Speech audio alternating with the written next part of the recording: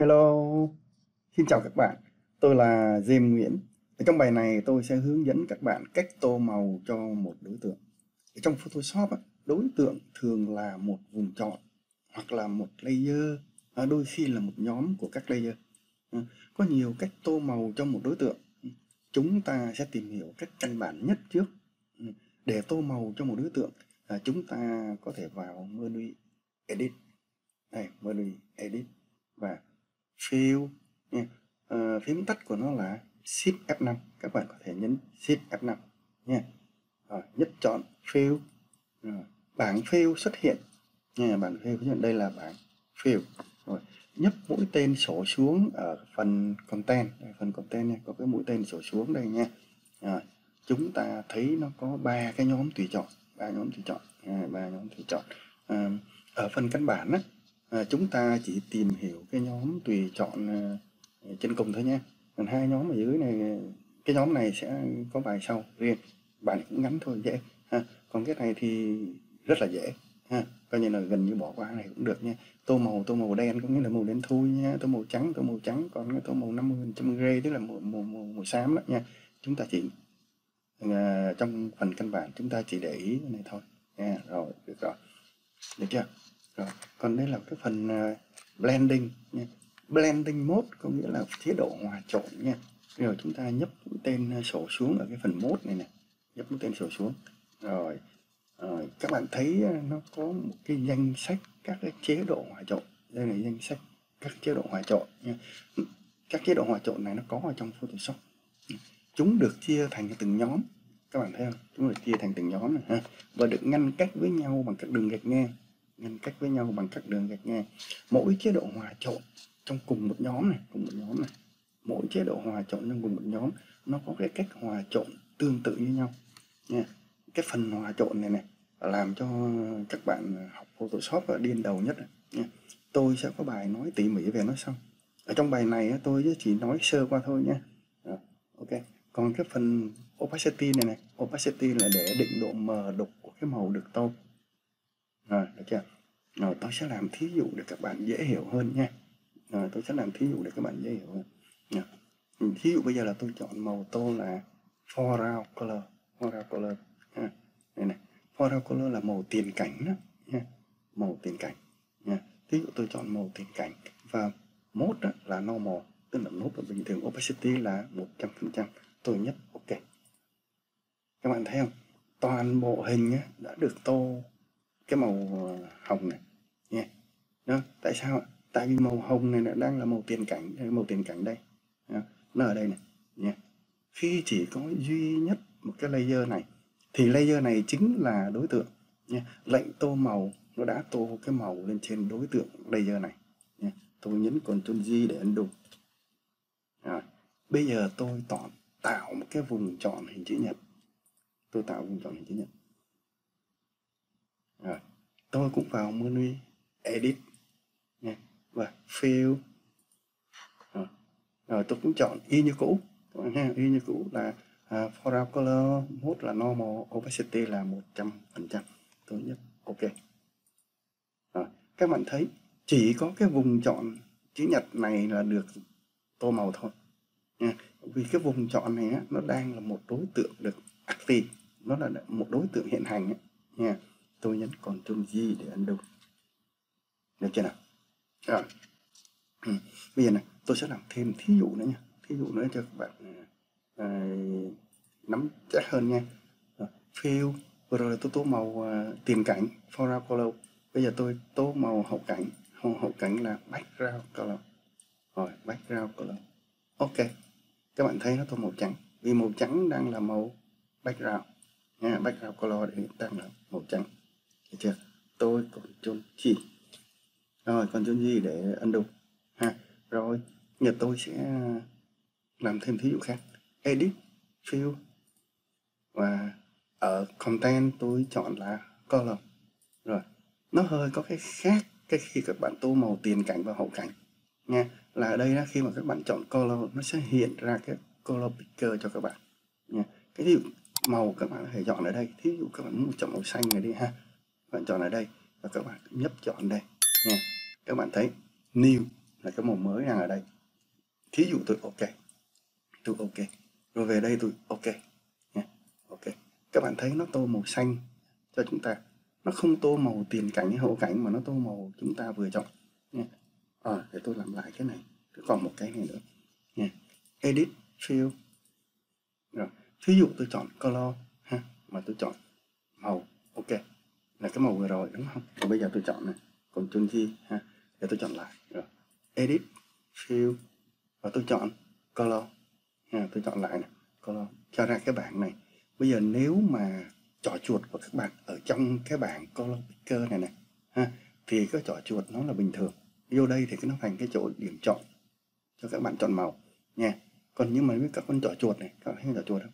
Nếu mà con trỏ chuột ra khỏi cái bảng color picker này, đây nó ra khỏi bảng color picker, thì con trỏ chuột nó biến thành cái eyedropper, cái công cụ hút màu đó, công cụ hút màu. Còn thí dụ các bạn có thể hút màu ở đây nha, các bạn thấy không? Ở chỗ màu new này nó có màu da của cô này ha, được chưa? Đó, cái màu thí dụ bây giờ màu này, màu da chỗ này, các bạn màu da chỗ này, được chưa nào? Và thí dụ bây giờ tôi ok, và đây tôi ok, các bạn thấy không? Nó tô màu cùng với cái màu chỗ này, được rồi ha. Tôi nhấn Ctrl gì rồi, được chưa? Rồi ở trong cái bảng này nó còn hình như nó còn một cái nữa, nó còn cái opacity thì chúng ta không cần để ý nha, tại vì thí dụ bây giờ là màu chúng ta chọn 50% đi ha, thì nó sẽ ra 50% rồi. Giờ nó còn một cái ô này nữa này ha. Cái ô này là sao? Cái ô này á, là preserve transparency, tức nghĩa là giữ lại những cái vùng mà trong suốt nha. Vừa rồi đó, thí dụ bây giờ tôi chọn cái này, tôi mark chọn cái này, thì nó sẽ giữ lại cái vùng màu trong suốt nha, nó chỉ tránh cái màu trong suốt đó, nó không có tô, được chưa? Bây giờ tôi cancel trước đi ha, tôi vào layer, rồi bây giờ cái hình cô gái này nè nha, bây giờ tôi tạo một layer mới, nhấp cái này để tạo một layer mới, tạo layer mới ha, này đây là một layer mới, được chưa? Rồi layer này là trong suốt nha. Rồi bây giờ như thế này, tôi bật lại cái này, bây giờ tôi tô edit fill, nhưng mà tôi bật cái nút này, tôi mark chọn cái nút preserve transparency nha. Tôi tô màu cho các bạn coi nha, màu tiền cảnh luôn đi ha, màu tiền cảnh, rồi foreground color ok.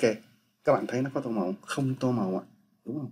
Tại vì cái layer này đang là layer trong suốt, các bạn thấy hình cái cô này chẳng qua là nó ở cái layer dưới, thì tôi tắt cái layer của cô gái này đi, các bạn thấy nó đâu có tô màu được, được chưa nào?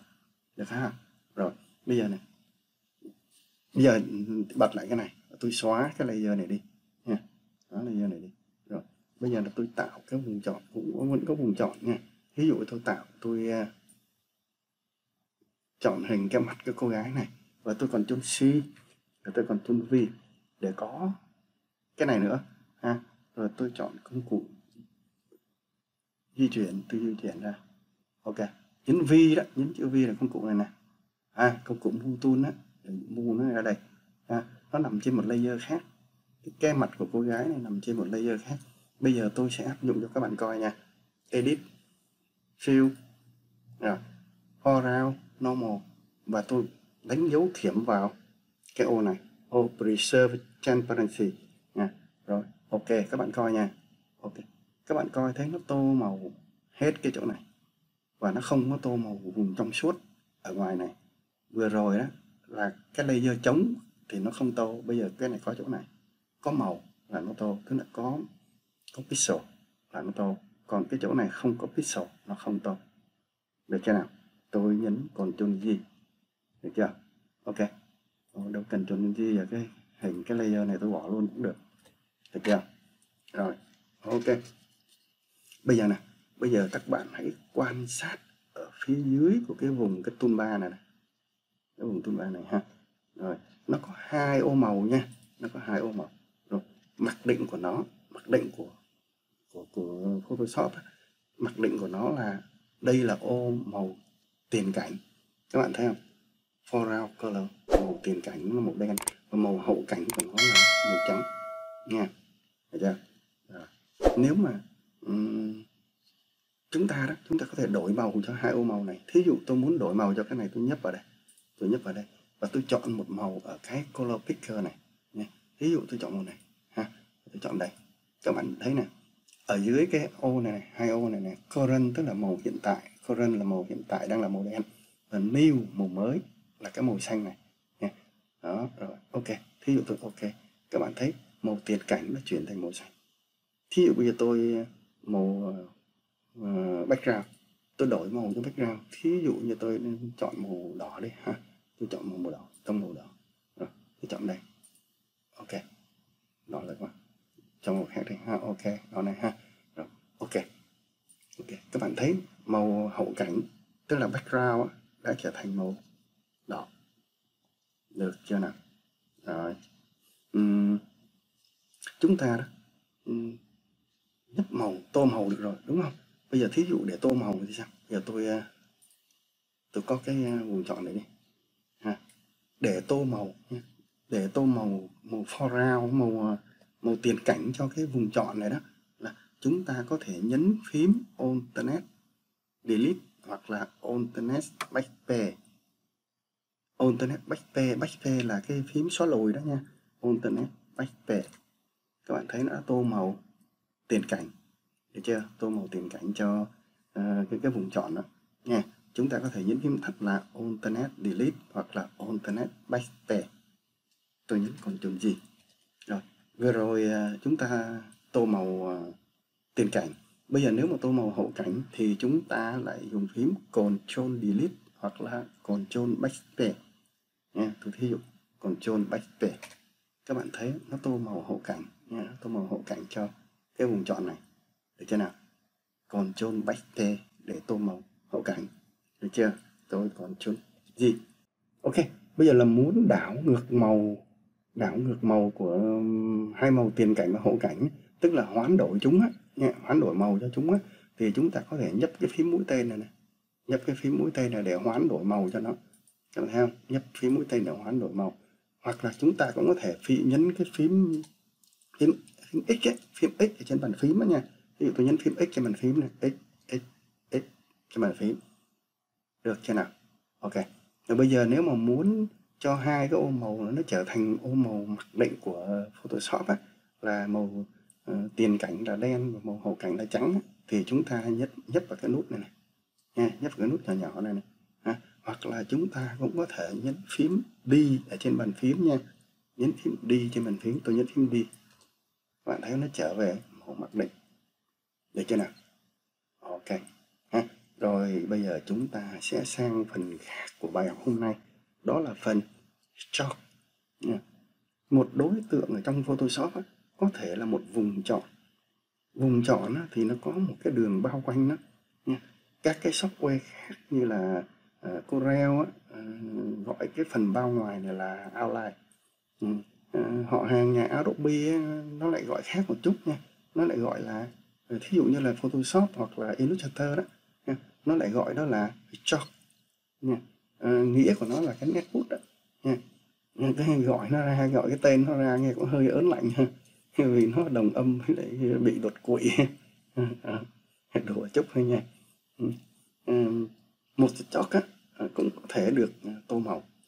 Để tô màu cho nó là chúng ta vào tôi này, thí dụ đây này, đây là một cái đường chúng ta đang có sẵn một cái vùng chọn đúng không? Một vùng chọn đây nó có đường bao quanh, thì đường bao quanh này cũng chính là một cái stroke. Rồi để tô màu cho thí dụ tôi tô màu cho cái stroke này nha. Rồi tôi định ở trong đây edit và stroke nha, edit stroke. Các bạn thấy bảng stroke xuất hiện nha. Chúng ta định độ dày của cái màu tô của cái stroke ở trong cái ô width nha, định màu ở trong color nha. Rồi thí dụ bây giờ tôi định cái chiều dày của nó là 20 pixel đi ha. Dữ vậy, 20 thôi, 20 pixel, tôi định là 20 pixel. Màu của nó, thí dụ tôi cho một màu gì, tôi cho màu đỏ đi ha. Ok, cho màu đỏ, thí dụ thôi. Ok.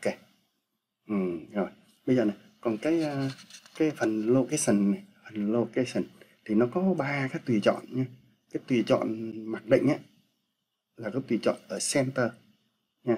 Thì cái màu của cái chalk á, nó sẽ được tỏa đều ra hai bên nha. Tôi chỉ làm thí dụ thì các bạn sẽ hiểu ngay nha. Còn ở đây nó cũng có cái blending mode này ha, là normal opacity nha. Các bạn khoan để ý cái này, tôi sẽ nói cái này sau nha. Rồi bây giờ tôi ok để các bạn hiểu. Rồi ok nha, tôi phóng lớn lên cho các bạn coi nha, cái nhỏ quá. Rồi các bạn nhìn thấy không ạ? Rồi ok, đây này, cái chót là cái đường trận lấm chấm đường kiến bò đó, nó nằm ở đây. Rồi cái chót á, cái tô màu á thì nó tỏa ra hai bên, mỗi bên thì cho lớn lên chút xíu đi ha, cho lớn chút xíu cho dễ nhìn đi. Fill ví dụ lộn chót thí dụ cho 40 đi ha, cho 40 đi cho nó to cho dễ nhìn. Các bạn thấy không? Đây 40, được chưa? Ok, tức là ở ngoài á là 20 và trong là 20, được chưa nào? Ok, giờ tôi Ctrl C. Rồi, tôi sẽ làm là Edit Chart. Và bây giờ tôi không có chọn Center nữa, mà tôi chọn Inside. Location của nó là Inside. Inside có nghĩa là nó tô ở bên trong nha, nó tô ở bên trong. Cái màu của nó các bạn, màu này các bạn cho con trỏ chuột ra ngoài, trỏ chuột đang ở trong thì nó là trỏ chuột bình thường, nếu ra ngoài thì nó cũng thành cái eyedropper, giống như vừa rồi tôi đã nói ở phần trên rồi, đúng không ạ? Rồi bây giờ thí dụ tôi làm inside, ok, các bạn thấy không, nó tô ở bên trong 40 pixel, được chưa? Ok, nắm được tới đây ha, tôi còn Ctrl G. Rồi bây giờ tôi làm là edit chart, và bây giờ tôi làm là outside. Ok, các bạn thấy nó ra bên ngoài là 40 pixel, được chưa nào? Ok, bây giờ thí dụ bây giờ tôi đang có vùng chọn này ha, vậy tôi chọn lại để ôn lại cái bài cũ chút nha. Bài cũ là bài select đúng không, bài vùng chọn. Rồi tôi cho cái vùng chọn này nó lớn ra ngoài 40 đi ha. Ví dụ tôi cho là modify expand 40 ha, 40. Ok, các bạn thấy vùng chọn nó ra ngoài không? Đúng không ạ? Rồi thí dụ giờ tôi tô màu khác, edit chart, tôi cho nó là outside đi ha. Ví dụ tôi cho màu khác đi ha, tôi cho màu khác, màu ví dụ màu xanh đi. Ok, đây tôi ok. Rồi các bạn nắm được tới đây chưa? Ok, các bạn có thể làm nhiều cái rồi các bạn cho nó ra nữa cũng được nha. Thí dụ bây giờ là select, modify, expand, cho là 40 nữa. Ok, rồi các bạn nên là outside nữa. Rồi outside, ví dụ đổi màu khác đây ha, màu vàng. Ok, ok, rồi ok, được ha, ví dụ vậy được rồi ha. Rồi ok, rồi chúng ta sẽ sang phần khác nha. Bây giờ tôi sẽ nói thêm một chút xíu về vài cái tùy chọn thường dùng ở trong phần blending nha. Rồi, và tôi bỏ cái layer này đi trước nha ha, để cho dễ nhìn. Xóa cái layer này đi.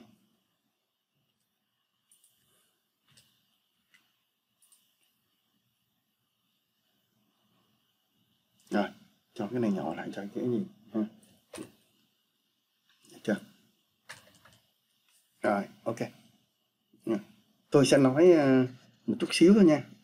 Một chút xíu về cái phần blending mode nha.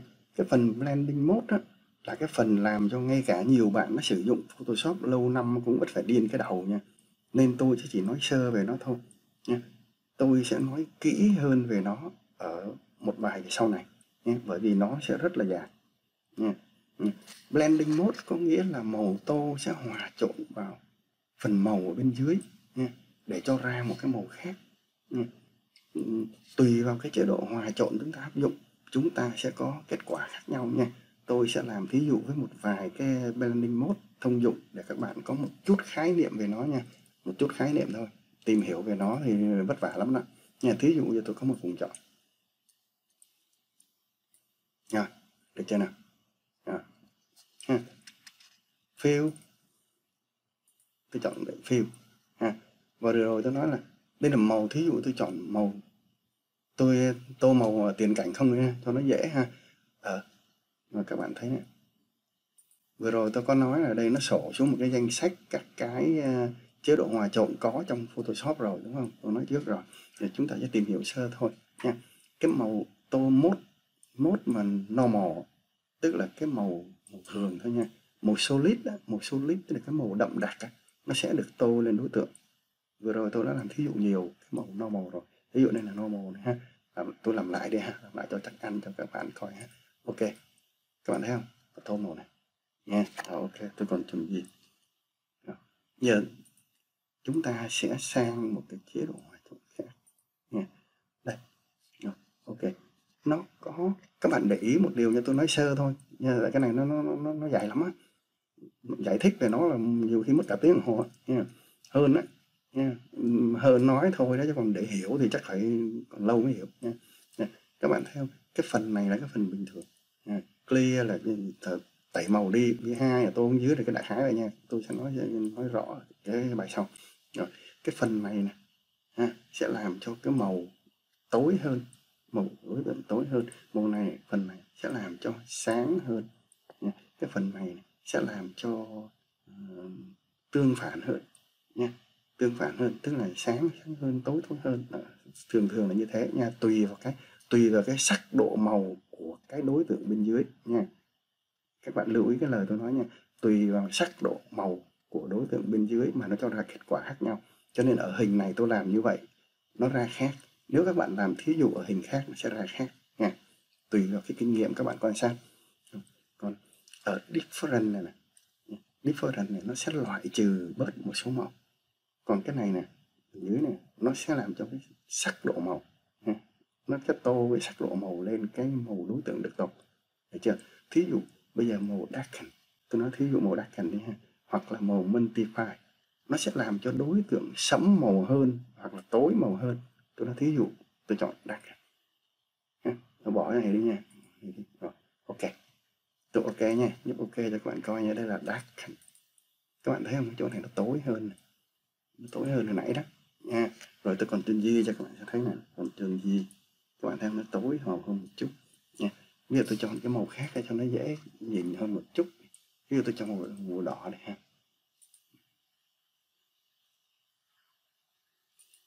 nó tùy màu nha. Cái này chế độ hòa trộn, cái kết quả nó cho ra tùy vào cái màu các bạn chọn nha, và tùy vào cái sắc độ màu ở bên dưới mà nó cho ra khác nhau nha, chứ không có phải là cứ nhất định như vậy nó phải như vậy nha. Cái này là do các bạn quan sát nha. Vừa rồi tôi đã chọn với darken rồi, giờ tôi chọn với multi cho các bạn coi ha. Fill multiply, ok. Các bạn thấy ha, đó cái màu nó đậm hơn nha. Rồi còn chôn gì đó. Rồi, bây giờ này màu lighten hay màu screen đó, tôi sẽ tới một cái khác. Nó có một cái nữa là màu, những cái màu này, những cái chế độ hòa trộn này là thông dụng nha. Lighten một thí dụ này, cái chế độ hòa trộn lighten hay là screen thì nó sẽ làm cho đối tượng sáng hơn nha. Lighten sáng hơn, ok.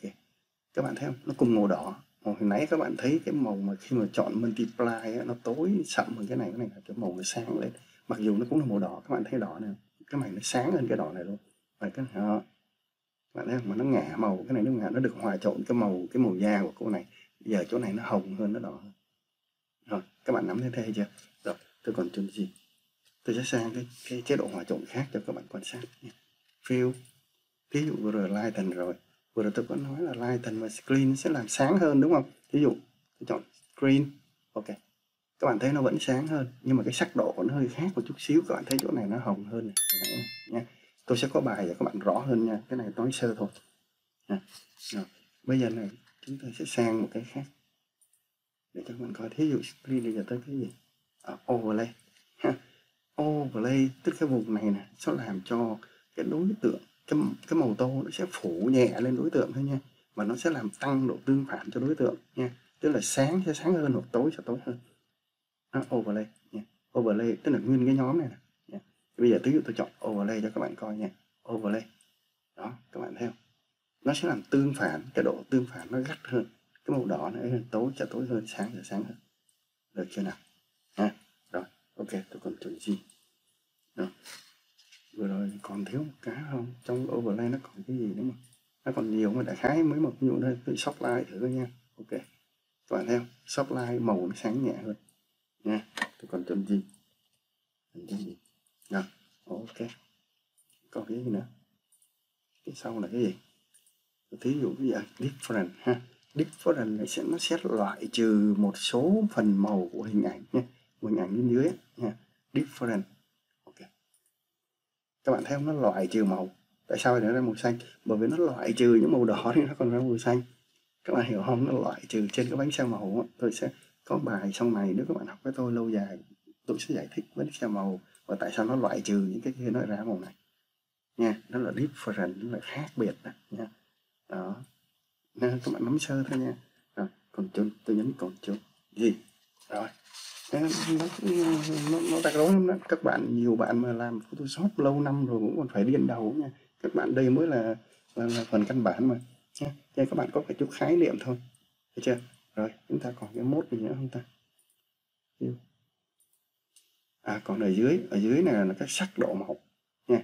Tôi cũng sẽ giải thích sau này, nó sẽ có bài về cái sắc độ nha. Nó có những cái thuật ngữ về màu sắc mà các bạn thường gặp là hue, saturation, color với lại luminosity. Các bạn sẽ gặp cái này nhiều lắm nha. Ví dụ bây giờ màu hue là cái màu nó cũng sẽ tô nhẹ cái màu đỏ này lên đối tượng. Dĩ nhiên là nó cũng sẽ đậm nhưng mà nó tô nhẹ cái màu đỏ thêm thôi. Rồi, mà kết quả của nó tùy thuộc vào cái sắc độ màu bên dưới nữa nha. Thí dụ đây màu xanh nó ra khác, màu này ra khác. Tôi nói thí dụ, ok, tôi nhấp ok nha. Các bạn thấy không? Đó, nó chỉ thớt nhẹ màu của nó lên đối tượng thôi. Và cái màu của nó sẽ ra khác một chút. Thí dụ bây giờ, ở đây cũng làm cái màu môi của cô này nha. Giờ tôi mua cái này ra. Tôi mua cái này ra đây. Các bạn thấy thế nào? Rồi, bây giờ tôi làm lại nha. Fill. Đó, thí dụ bây giờ cùng với cái mà tôi saturation, cùng cái nhóm này nha. Ok, các bạn thấy không? Nó khác, mà cũng một cái nhóm, cùng một cái nhóm nó tô phớt màu lên, nhưng mà các bạn thấy không? Ở saturation nữa, saturation nó là độ bão hòa, mình kêu là cái độ rực màu. Các bạn thấy không? Cái chỗ này nó rực màu hơn. Những này nó làm màu của cô gái được, màu những chỗ này nó rất là rực. Màu này căn bản của nó ở đây mà, thấy không? Màu original của nó ở đây, mà cái này nó làm rực màu lên. Các bạn nắm sơ thôi nha. Rồi ok, rồi tôi còn chừng gì cái chế độ hòa trộn màu á, nó có nhiều cái công cụ hay là nhiều thành phần của Photoshop lắm nha. Nó có ở trong các cái công cụ tô màu hay là hiệu chỉnh màu. Thí dụ như là có một số công cụ có này nha, tôi coi lại. Brush tool này nha, công cụ brush tool các bạn thấy ở trên này, trên nó có blending mode này. Ok, đúng không? Nó có blending mode. Công cụ clone stem này cũng có này nha. Công cụ clone stem nó cũng có này ha. Nó có blending mode nha. Rồi công cụ gradient nó cũng có nha. Công cụ gradient tôi chọn công cụ gradient cũng có nè nha. Blending mode nó có rất nhiều nơi và nhiều công cụ có nha. Thậm chí nó có ngay cả ở trong cái tab layer này. Các bạn thấy tab layer ở đây này, tab layer cũng có nha. Đó, cho nên nó rất quan trọng nha. Mặc dù nó nhức đầu thiệt nhưng mà nó rất quan trọng nha. Ok. Blending mode nó rất hữu dụng khi mà hiệu chỉnh hình ảnh nha. Nó cho ra những kết quả rất là xuất sắc nếu mà biết áp dụng đúng nha. Tuy nhiên biết cách nó hòa trộn ra sao đó thì lại là điều không có hề dễ dàng nha. Tôi sẽ có riêng một bài về nói sau. Các bạn nào có cái bệnh khó ngủ nhớ đón coi video này nha. Nó sẽ đưa các bạn vào giấc ngủ rất dễ dàng nha, nếu mà các bạn không chuyển video khác. Đùa chút thôi. Nhưng mà nếu mà thực sự mà muốn giỏi Photoshop các bạn không nên bỏ qua nó nha. Ok, bài này tới đây là hết. Cảm ơn các bạn đã chú ý theo dõi. Nếu thấy hữu ích các bạn hãy nhấn like và share. Nếu chưa đăng ký các bạn hãy đăng ký nha. Nhớ nhấn thêm icon cái chuông để nhận thông báo khi có video mới. Bye bye.